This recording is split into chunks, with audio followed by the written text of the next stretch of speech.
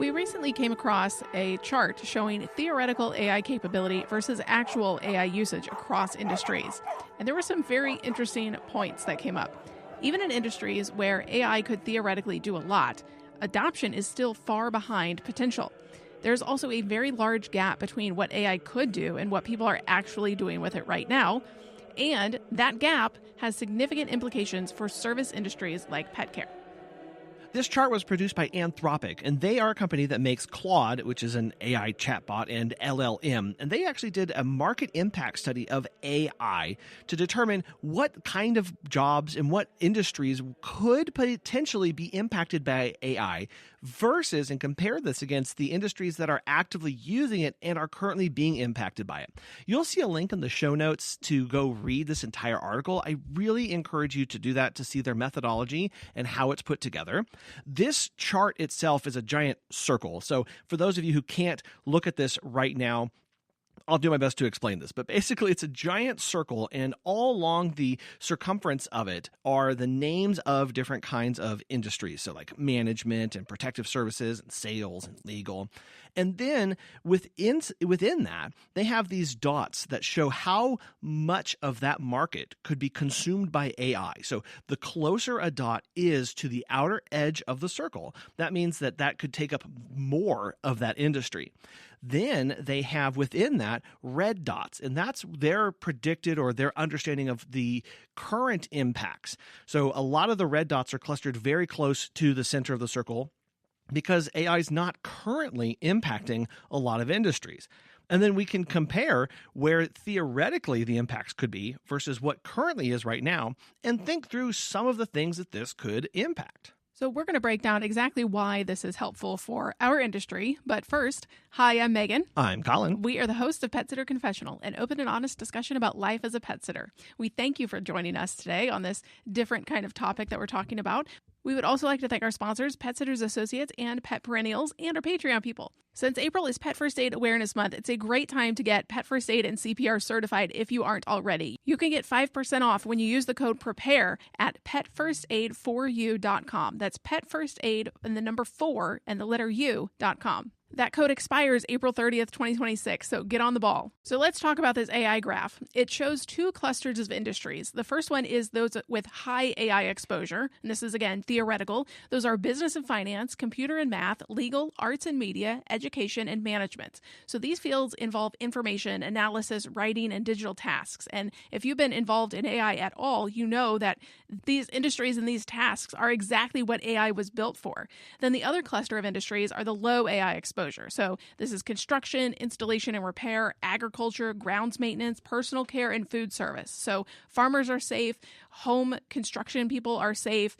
Think more of your manual labor jobs that AI can't touch. Yeah, these industries require a physical presence and a real-world environment and judgment calls right in the moment. And pet care clearly falls into this second category. I mean, we walk dogs, we're feeding pets, administering medication, observing behavior. All of this requires that we have a physical interaction, and something that we harp on a lot about, not just to our employees, but to other people as well, having situational awareness. That kind of thing can't be digitized to be able to be in the moment and know exactly what's going on. And when we think of what AI cannot touch in the pet care space, we are thinking about the actual field visits, the walking the dogs, the cat sitting, the actual care. But we think about all the admin stuff, the route planning, the SOP writing, the email scheduling. We can have AI do some of that. But as far as the actual brass tacks of our industry goes, AI is not going to touch that. This can seem pretty obvious, but pet care is very hard for AI to handle. AI performs best when tasks are digital, repeatable, structured, and information-based. Again, those SOPs, the writing that it can do. Pet care, obviously, is the exact opposite. While AI can inform us and help us make decisions for our business, it can't actually scoop the litter box. We've already talked about this for a couple different reasons, but there's that physical presence again, right? Remember, a dog can't be walked by ChatGPT. That takes us being there in the moment. And I know there are people who are concerned about robots possibly doing this, but we all know that it's so much more than just being an anchor at the end of a leash. I've certainly had dog walks where it's felt like that's all I need to be. I just need to hold on for dear life. We work with those clients and get them connected with a trainer and work on leash manners and all that stuff, but that requires judgment. We have to be able to look and observe. Is the dog overheating? Is there broken glass nearby? Is another dog approaching? How is it approaching? What do I do? And those are real and those are contextual calls and judgment calls that we have to make, which requires this awareness of not just the environment, but also emotionally as well. Animals respond, we all know this, to our body language, our tone of voice, our calm presence. We say it all the time before you come into the visit. Take that big, deep breath and exhale. And probably do that 5, 6, 10 times to let go all the stuff that you just encountered. These are cues that communicate to the pets. And that is something that we miss a lot about, is that we communicate subconsciously or unconsciously way more than when we are actually thinking about sit, stay, go, let go, come here, fetch, all that stuff. That is a conscious communication. Everything else involved is the subconscious or the unintentional body language and cues that we give to pets and how they observe and react to us. That is truly something that no robot or AI can replace. AI would also have no idea how to handle unpredictable environments. We always tell our team we have no idea what we're going to see and encounter on the other side of that door. We can prepare the best we can, but there are going to be unusual circumstances that occur. Every house, every yard or leash and pet behave differently. Even the most sophisticated robots in the world still fail at basic environmental navigation. Every single house, as we know, every house is different. You can only standardize so much. People move their furniture around. Even if you say, okay, this is the exact layout of the house. Well, maybe they've done renovations. Maybe they've moved the couch. It's going to be different. So at least for the immediate future and probably beyond, pet care is going to remain stubbornly human. There has to be a human walking into the house. So we know that AI is not going to replace dog walkers, but it will affect the pet care space. It will reshape the business layer around pet care specifically. We saw this a few years ago when ChatGPT came online for the first time and blogs were almost non-existent anymore. They could be written by AI and we wouldn't have to spend hours working on them anymore. AI can handle that administrative work, the client communication drafts and the visit summaries and report cards, the scheduling support, the marketing copy. You don't know what to say on the homepage of your website? Well, ask a robot and they can tell you. Now, we do have to make the caveat here of you still need to make it in your own voice. And you can train a chat robot to have your voice, your company robot. You can feed it all your documents. But at the end of the day, it still needs to have a human touch. Because if you've been around AI long enough, you know the nuances of what it says, the words and the sentences that it crafts, how normal humans don't talk like that. We don't say that kind of phrasing. We don't have, when we type something out, we don't have the dashes or the brackets in there. So as much as AI is trying to replace humans, we need to make it sound as human as possible when we're trying to connect with our clients, because at some point they are going to recognize, oh, this is AI slop. I don't want anything to do with this company, not because I'm not on board with AI, but just because they're just bland. They're going to sound like everybody else. There's nothing unique or different about them. I think the biggest way that AI can help our businesses is by reducing the time that it takes to do things, the administrative tasks. We no longer have to sit with a blank page of how do I write an SOP? Well, we can go and have a conversation with Claude about the best way to implement this in our business and how we can go about writing it. We aren't saying that everything that AI produces is going to be gospel and you need to go forth with that, but you can have it as a starting ground and it is going to save you time, whether it's data analysis or training materials for your employees. This is especially true for client communication. When you go to message somebody, make sure that it is with your own voice. So maybe you start off writing a draft and then you ask AI, how can I make this better? How can I make this more compassionate? Or please make this softer so the client understands what I'm saying. As a pet sitter, you know how much trust goes into caring for someone's furry family member, but who's got your back? For over 25 years, Pet Sitters Associates has been helping pet care pros like you with affordable, flexible insurance coverage. Whether you're walking dogs or just starting out, they make it easy to protect your business. Get a free quote today at petsitllc.com.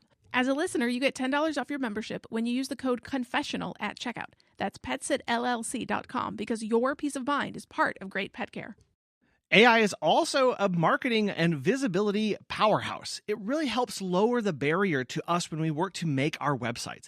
Yeah, it used to take you understanding HTML and all sorts of things, and you can use Squarespace and plug and play and drag and drop website creation tools. However, to get more power out of this, you can have AI help code these things for you. Or, like Megan mentioned earlier, anything with writing, with ad copy, with getting these things on your website to be found by SEO and helping with that content. Again, not just having AI generate the blog for you or all these things, you have to have that human interaction, because more and more, that's what these are looking for. The search engines, they're looking for human content.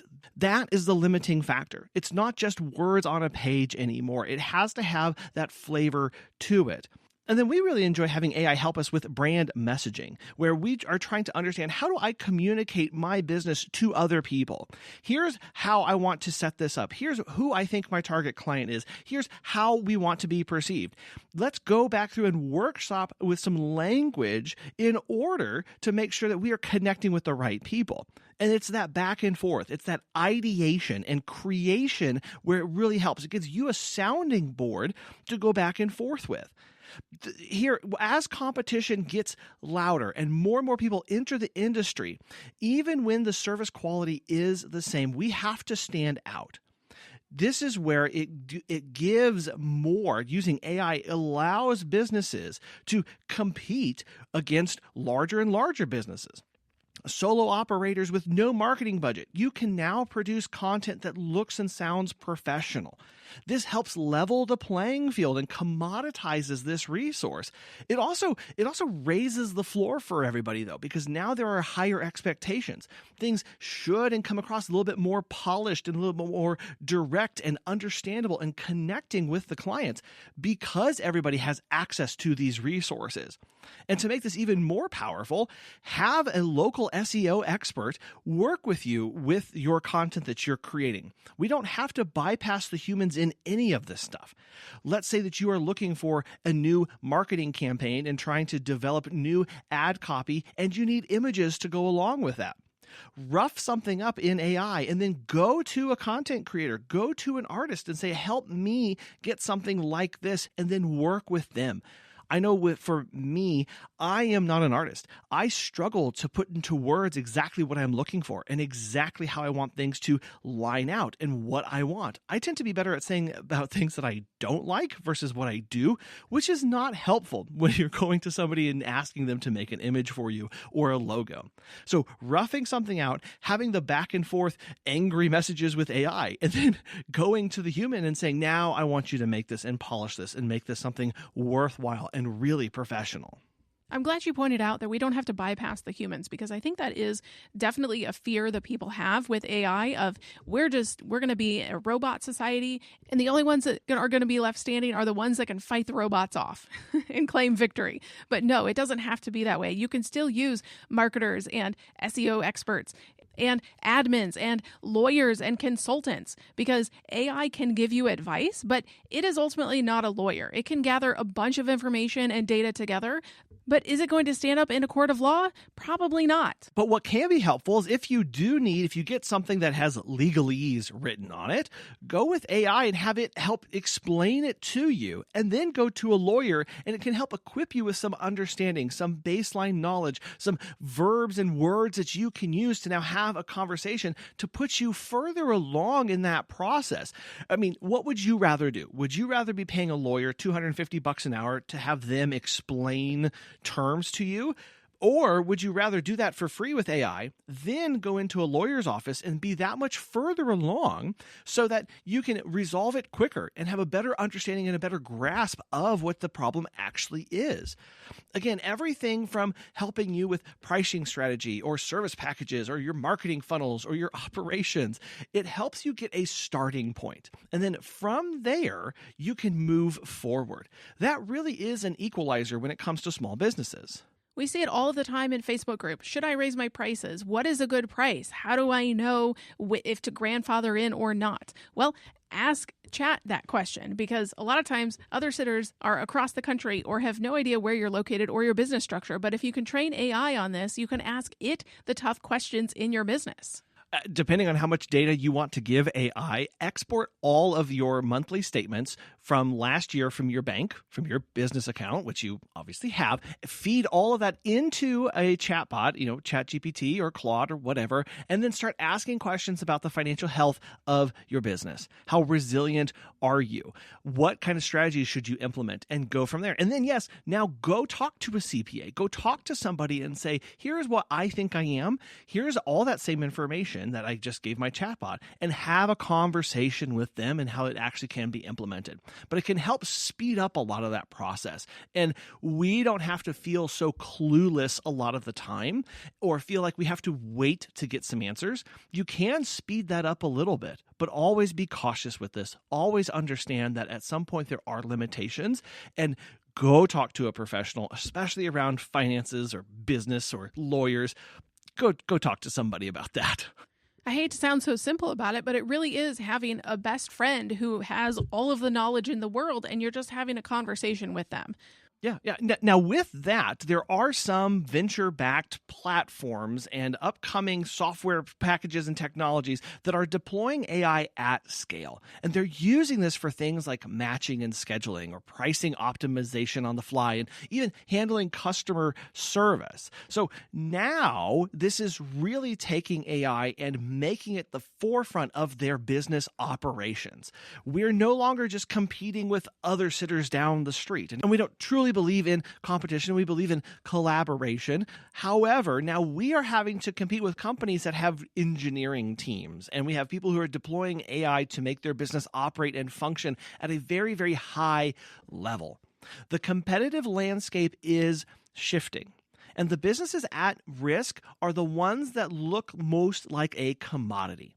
The ones that are competing on lower levels and don't really have differentiation.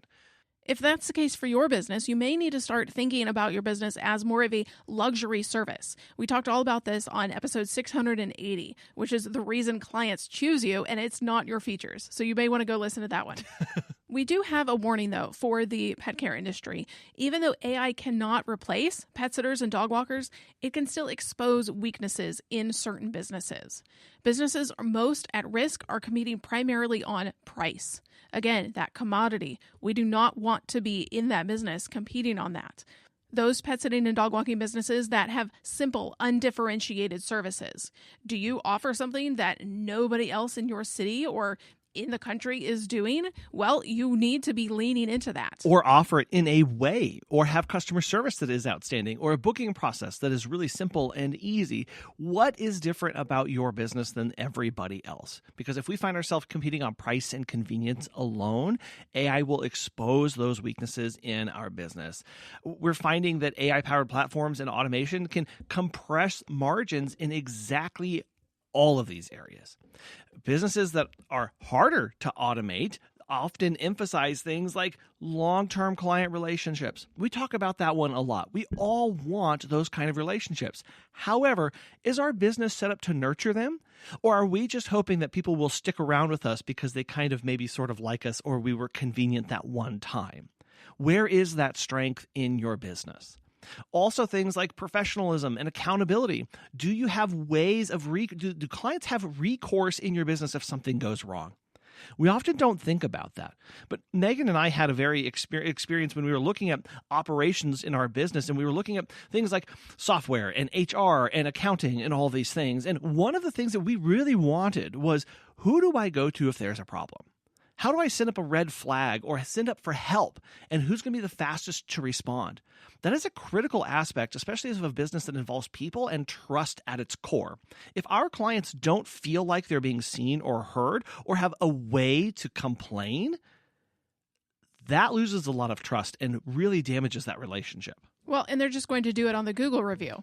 If you don't get in front of that, they're just going to leave a bad Facebook or Google or Yelp review and get out their frustrations that way. It's not saying that we can get ahead of that all the time, but if we can try to prevent leaks from getting out into the public and our reputation being at stake, we would like to do that. Well, because when we are dealing with high needs animals or safety situations with different kinds of behavior with pets, that is trust that cannot be replicated, that cannot be compressed by AI. There's no way of getting around that. When we look to say, hey, you cannot automate, you cannot artificially intelligently away the trust and safety with high needs animals. That's not something that you can do. So when we look to our business, well, maybe that's a place where we can niche into. We can explore how we get connected with more of those kind of clients as another bulwark and wall against the undifferentiated nature of other businesses.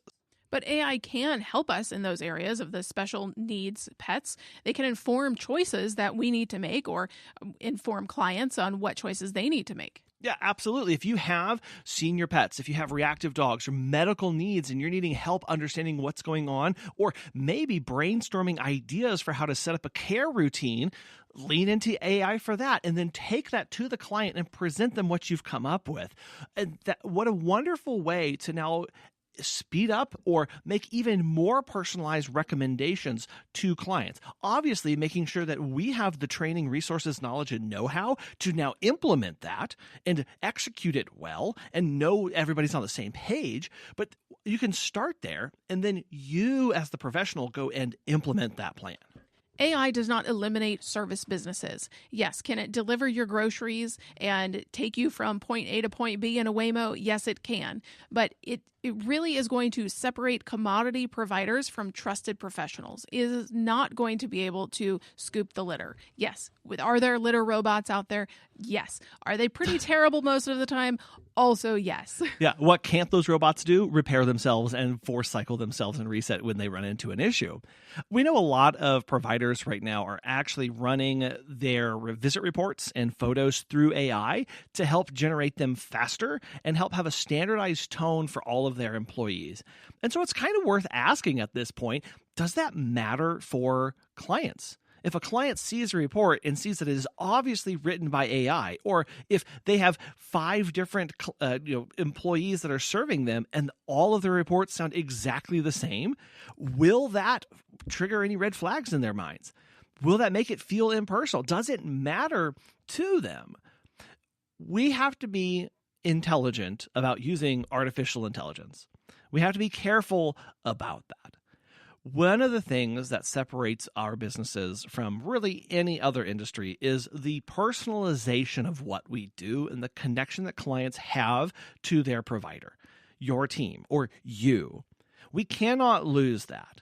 And so we have to, I think, my personal opinion on this is that we have to be careful about standardizing visit reports and things like that through an AI chatbot just for the sake of expediting the process and making sure that we're not having spelling errors or any of these things, or that everybody writes it in the same way.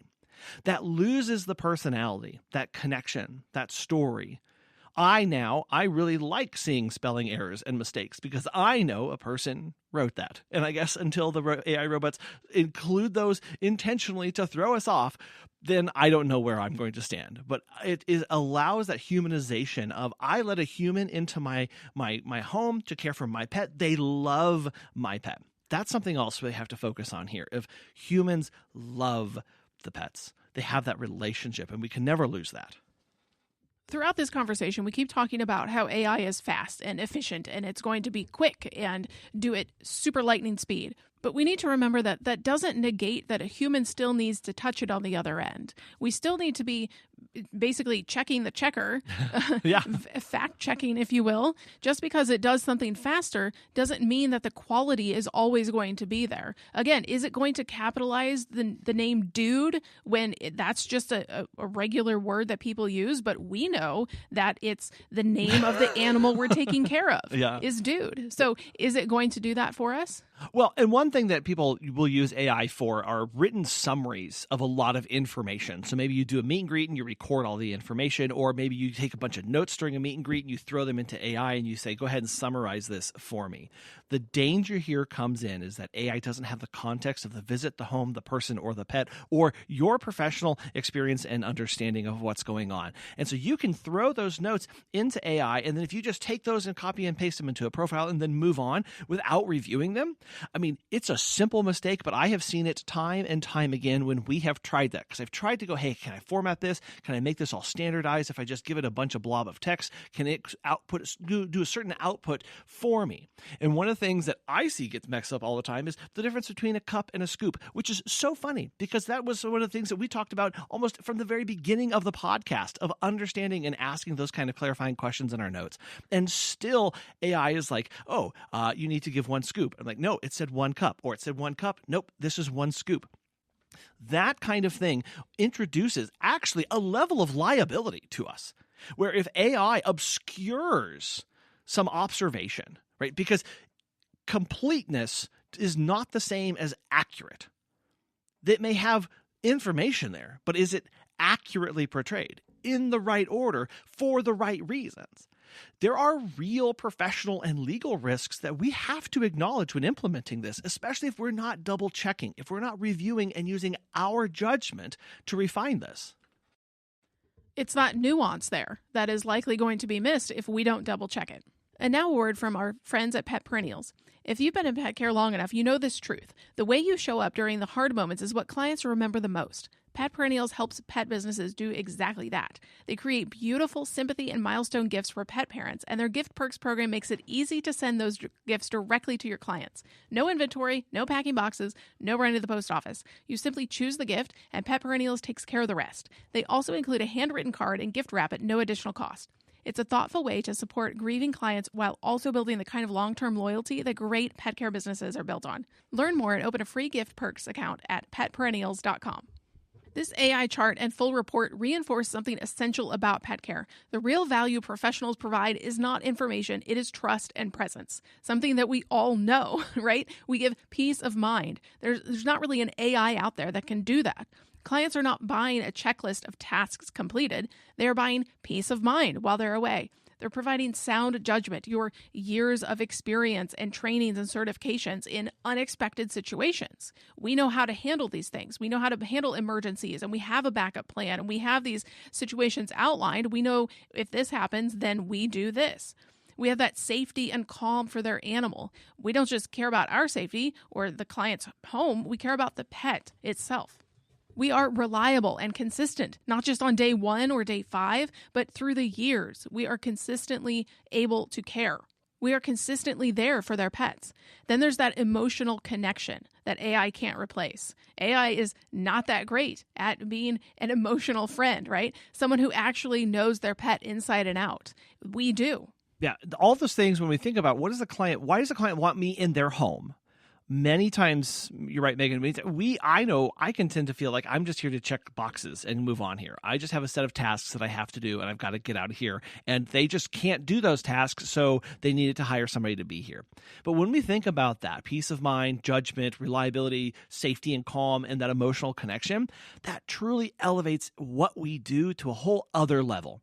And we've experienced this whenever we've been taking care of somebody's cat. And they've got an automatic feeder, a fountain with a filter, and it's a big fountain. And they've got the automatic litter genie and robot thing that's cycling everything there. And they've got even sometimes toys that automate and go off at certain levels. And they still want us over there. Why? That's really important for us to sit and connect with and understand. Why do I need to be here? Or maybe they've got a dog door and they've got an automatic feeder and a fountain and a little thing that will shoot the tennis balls out at random intervals in the backyard. Why do they need you there? That is what we have to lean into. Those are things that can never be automated and will never happen. When we think about it, pet care is actually much closer to things like nursing or childcare, elder care, than anything related to software or accounting or management. Our industry relies on that human judgment in unpredictable and high-stakes environments. The AI is not going to know what to do when the dog is laying on the floor having a seizure. We will. We are trained in that. We know exactly how to step in. Yeah, absolutely. We're going to know how to double-check medications. We're going to know to look for side effects. We're going to know to do the safety checks in certain situations and think ahead according to the weather and the routine that's coming up and how we need to have things positioned and reach out to the client and have a care team surrounded by us. When we think about what it means to be a professional in an AI world, we've got to dig into that. That is something that every single one of us has to face and understand is, why are you here? Why are you getting paid money? You as the professional, you're going to remember things like those dog quirks without being reminded, right? You're going to notice something is off even before the client does because you're a professional and you're paying attention to these things. Now, sure, yes. Can AI, through a pet tag, alert the client if something is wrong or their temperature is elevated or they have had more or less activity that day? Yes, there are use cases for AI in a pet's life. But putting the peanut butter on a lick mat and setting it down for the dog or taking it on an adventure hike or doing a pet taxi is not something that is going to be feasible for AI. Well, or at least be able to, we are able to give the context of that. What was going on in those moments of high activity? What was the temperature like? How has the dog been acting before, during, and afterwards? How was the rest and recovery like? We can give that kind of thing. And ultimately, all of this is built towards building a relationship for the long term, not automating interactions away. When it comes to understanding what we bring to the table and what makes us truly professional and truly valuable to a client, it is that trust and that relationship that we're after. When we have things go wrong, how do we handle and respond to that? When we have things go right, do we communicate that we actually did that? And it's the care. And it's kind of interesting. We think about, at the end of the day, we do this because we care and we love for pets and people. How does that show up in our work? And where do we express that through our SOPs, our policies, our training, our background checks, all of that stuff? But what does the client actually experience with us in our business that makes them truly see us for what we are? Because if we reduce ourselves to tasks and to checklists and boxes and just going through the motions, that is the stuff of AI and can be automated away very quickly. The true value, I firmly believe, is the eyes, the ears, the emotional connection that we bring to the table, that clients want their pets to have an experience. It's the safety that we bring, knowing that we are a professional and the client can sleep easily on their vacation, knowing there's somebody in that home that knows pet first aid and CPR if something goes wrong. There's somebody in that home who has an emergency protocol if the house is on fire and will take care of it. That is the real power of what we do.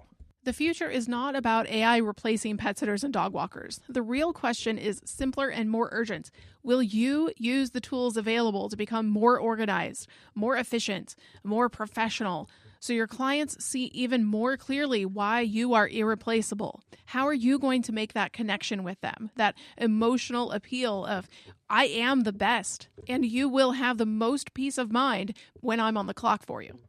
Artificial intelligence may not walk the dog, but it will absolutely change who runs the most successful pet care companies. We have to get on board with this. We had a roundtable last week on episode 683 with some awesome powerhouses who talked all about AI and the pet care industry.